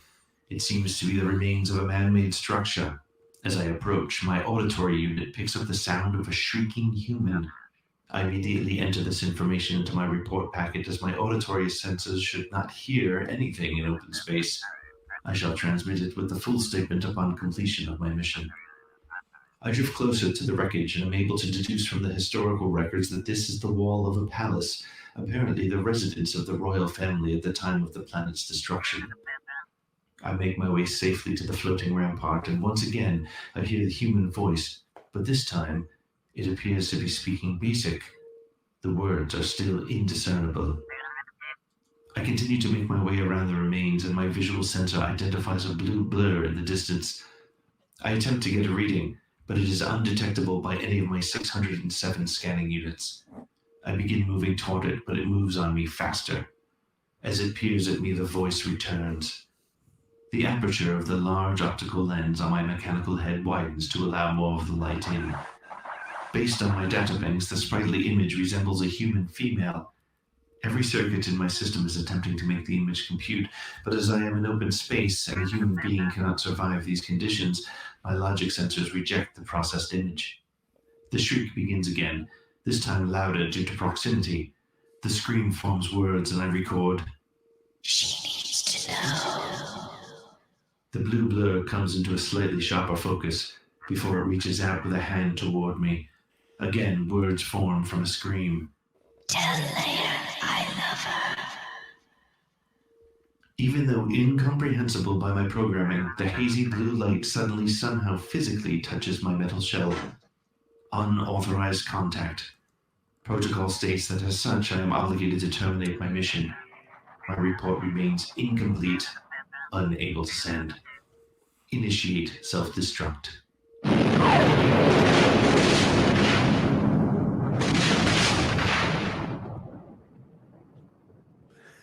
Pete's such a good writer, y'all. Oh my Dude. god. She needs to Lucasfilm, know. Oh, my Lucasfilm Wars Publishing. CreepyPasta story. Oh no, I don't know if I can handle that again. Oh my gosh, That was great. That's headcanon, and that is also like, I'm kind of okay with it Yeah, me too. because The remains that's of Alderaan being haunted as shit. Yes. dude, Bria Organa, right? Like, Yeah. oh, dude, like, I kind of like the prospect now of it's not Force ghosts. It's like, because Force ghosts aren't like haunty ghosts, No. but like, Star Wars is so big, man. Have everything in it. Have the ghosts. We already have vampires. Let's not talk about it. You know, but like, yes, please. You know, like that. I love that. Like Jared, like you were saying, the like Alderaan being haunted, and Pete, killer of you to put like audio, Sound effects. like just sound Genius. effects, all that, like the probe droid sound effects and everything. Good. That was, dude, that can be released as like a short story. Oh yeah. Killed it, man. That is It's amazing. fantastic. That was so good, Pete. Jared, what'd That you think was of it? So good, bro. Your 2 cents. It was great. Like I was kind of like preparing for it because I'm like, oh, it's a probe droid. Like it's gonna be some kind of like, this is the probe droid that we didn't see in Empire. Like maybe it's one of the other droids that went to another system. Then it's like, you know, the remains of the Alderaan system, and I was like, oh, space ghosts, space ghosts. Space ghost. And not coast to coast. Not coast to coast, just an actual space ghost. Yeah. So I was like, I was prepared for it, but it's still, Oh my gosh. it still shocked me and still gave me the heebie-jeebies. That was good. Just that this starts like as a scream. He hears a scream. Just like hearing that was genius to have it be a droid. Yeah. Because it's so mundane, but all of us are going, what? Yeah. Because it's like humans can't survive the vacuum of space. And then it's the castle. Holy crap, dude. That's just a good story. Like, I want that just to be, these just all need to be in a book, frankly. It's Like, great. You guys you're killing it. You're killing it. All you guys. It's great. It's like a myth and fable kind of feel. You know what I Yeah, mean? Like man. it's got truth to it and Yeah. some, you know, some kind of mystery to it. But on to our She last needs to know. one. Talk about heartbreaking too. I'm sorry. She needs to know. I loved her. No, Oh. that's great. That's great. So I'm gonna get this last one pulled up, fellas, and then we'll wrap. This has been Let's do it. such I'm a excited. absolute joy. I hope everyone listening has got the heebie-jeebies, or at least really enjoyed just the feel of everything. So this one is by Cam Ray, and it's titled Pasta Wars. Don't know if he's got an actual title, but Pasta Wars. Yeah, Pasta Wars. I accidentally clicked on this when I was trying to find the show notes, and I heard the beginning of it's gonna be fantastic. Cam, I can't wait to listen to this, man. Currently let's get it. collaborating with President Cam Ray right now on a Silver Color What? Knob song. Yeah, we're You're working- Yep. burying the lead there, Scotty. We are. My we are. gosh. I'm in talks Okay. with Cam almost every other couple of days. But anyway, here we go. Let's do it. Cam's. I'm stoked.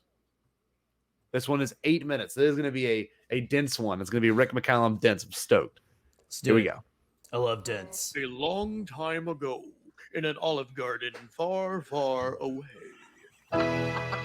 After months Oh, of sitting no. in canisters on a dusty shelf in the darkest corner of the kitchen, Luke Winnie Skywalken and several other rogue pastas were finally chosen to be prepared for a special to-go order.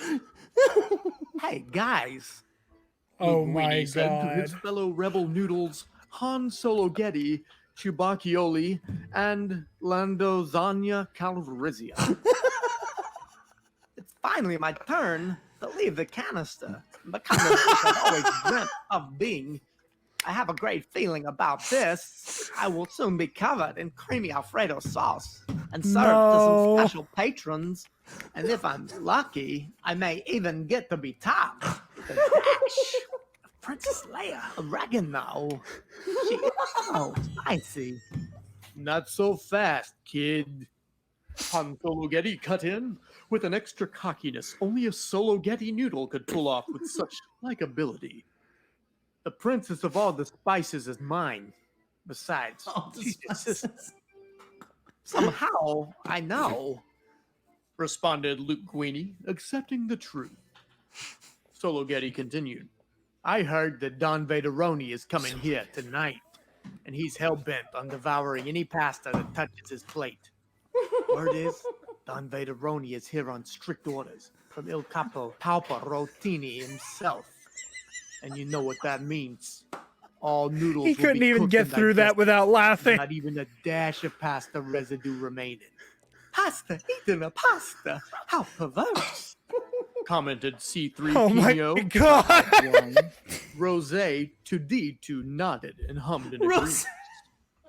Don Vaderoni is coming to our Olive Garden. I thought the Carrabba's Empire had no jurisdiction here. Luke Guini puffed up Make with it pride. stop. Obi-Wan Kenobi won't let Vaderoni just devour us. 6 minutes Slapped left. him once before. Couldn't do it again. My abs hurt. Landozania Calrissian was being brought down from the dusty pasta shelf as his attention was stolen by the princess of all the spices, Leia Oregano. She was already taking action. Obi-Wan Kenobi, you're a only pastry. Only your sweet filling can lure Don Vaderoni away from this pasta eradication. What have we here? Landozania crooned with delight, as he had never been in such close proximity to the princess. Just as he was about to make his move, another unexpected pasta interrupted from the other side of the kitchen. It was Boba Fettuccine, Don Vaderoni's #1 pasta hunter. Oh my god! And Landozania in the same kitchen?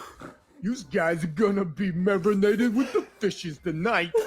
Don Vaderoni's on his way, and he'll devour you all. Especially with how fatty Landozania's looking. Calrissian puffed up. Fatty how? Well, you know, just you're fatty. Boba Fettuccine answered. Landozania started to boil. No, I don't know. Fatty how? You mean because I'm a wider noodle or something? I mean, maybe it's me. I'm trying to understand. Do I amuse you? I'm a stick of butter? I plump you up? What do you mean? I just meant Fatty how? forget about it. Joe Pesci. How am I fatty? Stop it. Funny Luke how? Guini shouted as he noticed a familiar and sweet face emerge from the dessert tray. No. Obi-Wan Kenobi. I knew you would help us defeat Don Vaderoni. Ciao there. Obi-Wan said, using his signature greeting. The kitchen door swung open unexpectedly to reveal the dominating presence of Don Vaderoni. Boss! Fettuccine shouted with relief. Look who I ran into. Leave the noodles. Take the cannoli. Vaderoni ordered calmly between breaths from his oxygen tank, and Fettuccine attempted to swipe up the wise old pastry. Out of nowhere, Luke Guini Skywalken was entwining Boba Fettuccine with his endless strands of al dente. With each twist and squeeze, Jesus the Christ. pasta hunter gushed into a pile of inedible carb mush. It was like poetry that rhymes. Caught up in stopping Boba Fettuccine, Luke Guini failed to notice Don Vaderoni move in with the grace of an angel hair and swipe up Obi-Wan. Opening his watering mouth, Vaderoni instructed. Never underestimate the power of a sweet tooth. He began to lift the sweet old pastry to his face. Obi-Wan Kenobi looked at Luke Guini, Oregano, Solo Getty, Chewbacchioli, and Landozania as though he had everything under control. What is Then, happening? just before his sweet powdered sugar coating landed on Vaderoni's tongue. Obi-Wan disappeared into thin air, faster than a basket of freshly baked garlic breadsticks. No! Luke Guini cried, leaping forward, only to have his noodles cut in half by Vaderoni's pasta saber. In pain and embarrassment from now being too short to be a twirlable pasta, Luke Guini shouted, You killed my godfather, Anakin Jabba, and now you have killed my mentor.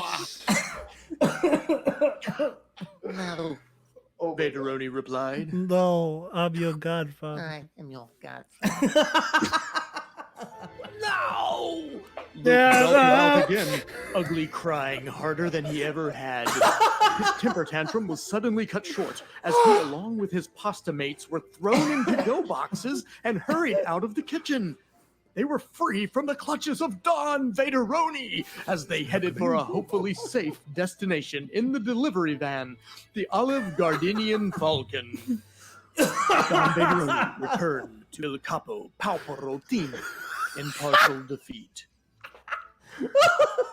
Godfather, I have not failed you yet. Please, offer me another chance. He asked, bowing with respect.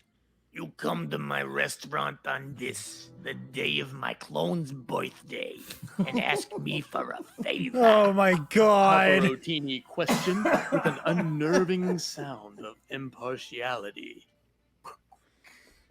Only because I believe Luke Guini can be a powerful asset to our Karaba's empire, Godfather. I ask that you allow me to turn Skywalker. If he will not join us, I will finish him off with a nice glass of Verdicchio. Don Vaderoni hid the hesitation from his voice. After too many moments of silence, Palparotini glanced towards Vaderoni with his piercing, bloodshot eyes. Do it.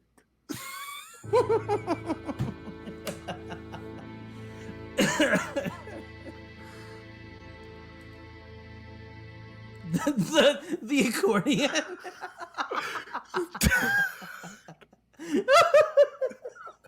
That's what I imagine Pete would have wrote if he hadn't asked us what a creepypasta was.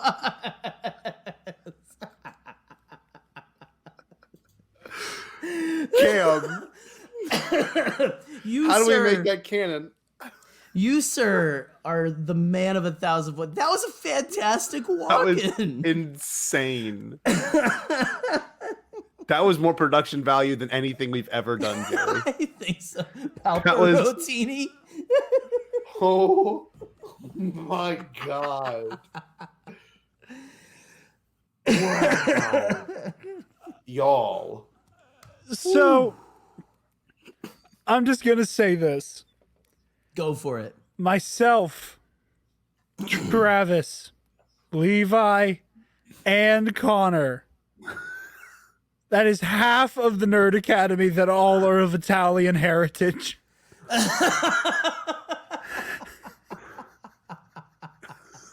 On behalf of the Beyond the And, like- Blasters Network, we apologize. Don't. Just don't. Because that was fucking glorious. That was incredible. Cam. Like, We have to have Cam We on all- for behind the scenes of that. Oh my gosh, Right. yes. That was amazing. that made all the spaghetti boys at the Nerd Academy very happy. That was great. Wow. I'm glad that he made Olive Garden the rebellion and Carrabba's the empire. So good. It seems like the other way around, but I actually like Olive Garden, even though it is called the Italian Denny's. I understand. Oh. I still like it. That was so genius. It's fancy on a budget. That was so genius. The Don Vaderoni. I was not prepared for the voice. No, of I was Don not prepared for that at Vaderoni. all. None of that I was prepared for. I love. I was not expecting I'm your It's a godfather. story. Like, I was not expecting that. That's the Godfather, but then you go to Palpatine. And, oh my gosh, it was like you got so many Godfather references and was just- Goodfellas. Oh, mwah, bravissimo. Mwah. Oh, al dente. I was Mwah. waiting for the Joe Princess of- Pesci, like, do I amuse you? Am I a clown? Do I make you laugh? That was so good. I'll go get my shine box. I love the. Oh. I love the. Princess Leia oregano of all the spices. Oh, that's funny. Oh my god. Linguini Linguini was a Skywalking. Yeah, I think Skywalking. I lost it when it got to Boba Fettuccine. It's ridiculous. We gotta find a way to get Oh my both God. of those. The audio ones need to be on the website too. Like Incredible. those were so well done, guys. And you know what, Scotty? I know we've got to like break it off here and stuff, but Scotty, I think we need to officially say this is now a Bombadcast Halloween tradition. 100%. Frankly. And honestly, Jared, you can frickin' join us for every single one of those if you want to, man. This has been a blast. So thank you for coming. I plan on coming with one locked and loaded next year. Nice. Heck yeah. I might Heck actually yeah. dip my toe into it as well. Who knows? You That guys was can see fun, how bad of y'all. a writer I am. So That holy was cow. so much fun. That is amazing. Oh, we hope you guys have enjoyed it just as much as we have, because Happy Halloween. my abs were burning at the beginning of this. Like, I haven't laughed that hard in so long, Cam. God, that was so good. Thank you for giving my abs the first workout they've had during Rona. That was amazing. That was just so special. Jared, I'm so glad you can join us for this adventure, man. Where can Me everyone too, find man. you at? Where can everyone find y'all show and you in general? You guys can find me at Dark Jedi 2552 on Instagram and Twitter. And you can find the Nerd Academy on Twitter, Instagram, Facebook, YouTube, and on our website, www.thenerdacademypodcast.com. You can hear our shows wherever you get podcasts. We have the Nerd Academy podcast on Tuesdays. We have Campus Life every other Thursday. And we have Knights of the Nerd Republic on Sundays. And on our Patreon, if you click on the link on our website, it'll take you there. At the $5 level, you get to hear our Knights of the Nerd Republic versus series every month. For Spooky Month, we did Darth Vader versus General Grievous. And for November, we're doing Kit Fisto versus the Grand Inquisitor. And like I referenced earlier, we have our new comic book show, which is called Heroic History 101, where Travis Grossman and I do reviews of older comic book stories. Our first episode is in our main podcast feed. We did Dan Slott's Superior Spider-Man. Like I said earlier, we did Blackest Night. And then next month, we're doing Brightest Day, the sequel to Blackest Night. Cool. So Yeah, check man. all that out. We got lots of fun stuff coming down the pipeline. Anybody who follows me on Twitter knows that I've been vaguely tweeting about Project Overhaul, which if you stay tuned to the Nerd Academy, big things come this way. And there's a big nice. rollout on the horizon. I'm not going to say anything else because Project Overhaul is top Nice. secret. But there we yeah, go. so stay tuned But to you- that. You can tell us when the mics go off, though. It's fine. It's fine. So I'm just kidding. I'm joking. I'm joking. Oh gosh, man. Jared, thank you so much for coming on, man. Oh my God. Thank you for having me on. I love T-Nap Bombad collabs so much.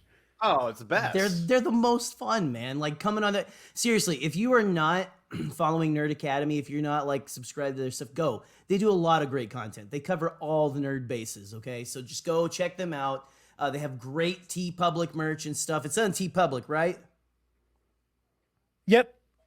Okay, perfect. Yeah. If So, you click on, if you go to our website and click Student Store, it'll take There you you go. right to the TeePublic. Perfect. Yeah, go do that, guys. Support positive, content and stuff, and support Jared so he can come back on the show and we can go on his and all that kind of stuff. 'Cause Heck yeah. we just like each other. It's just how it is. He's our buddy.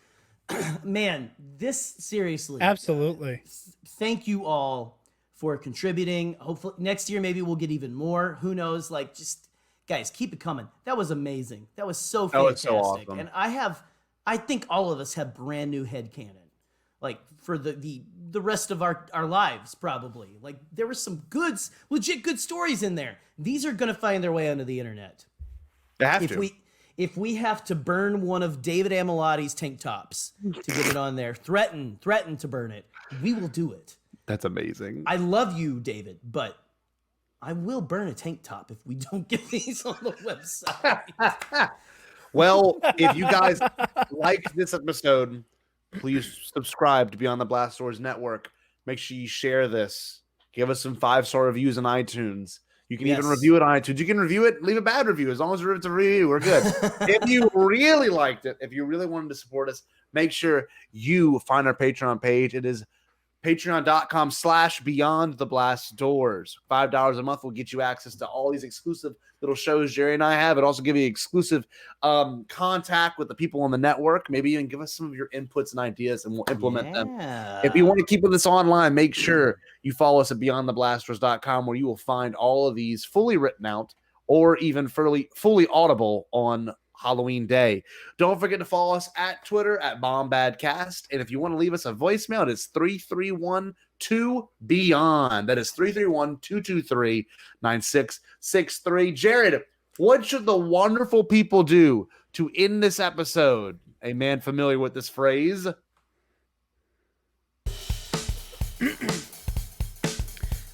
They should be staying on more Bombad.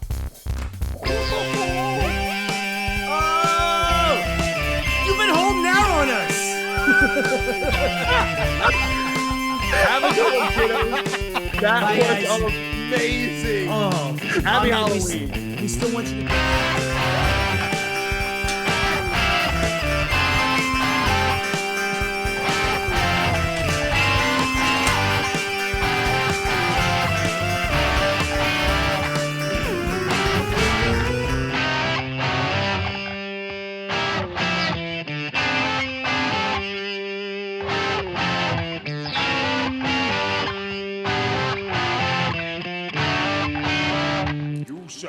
All Bombad.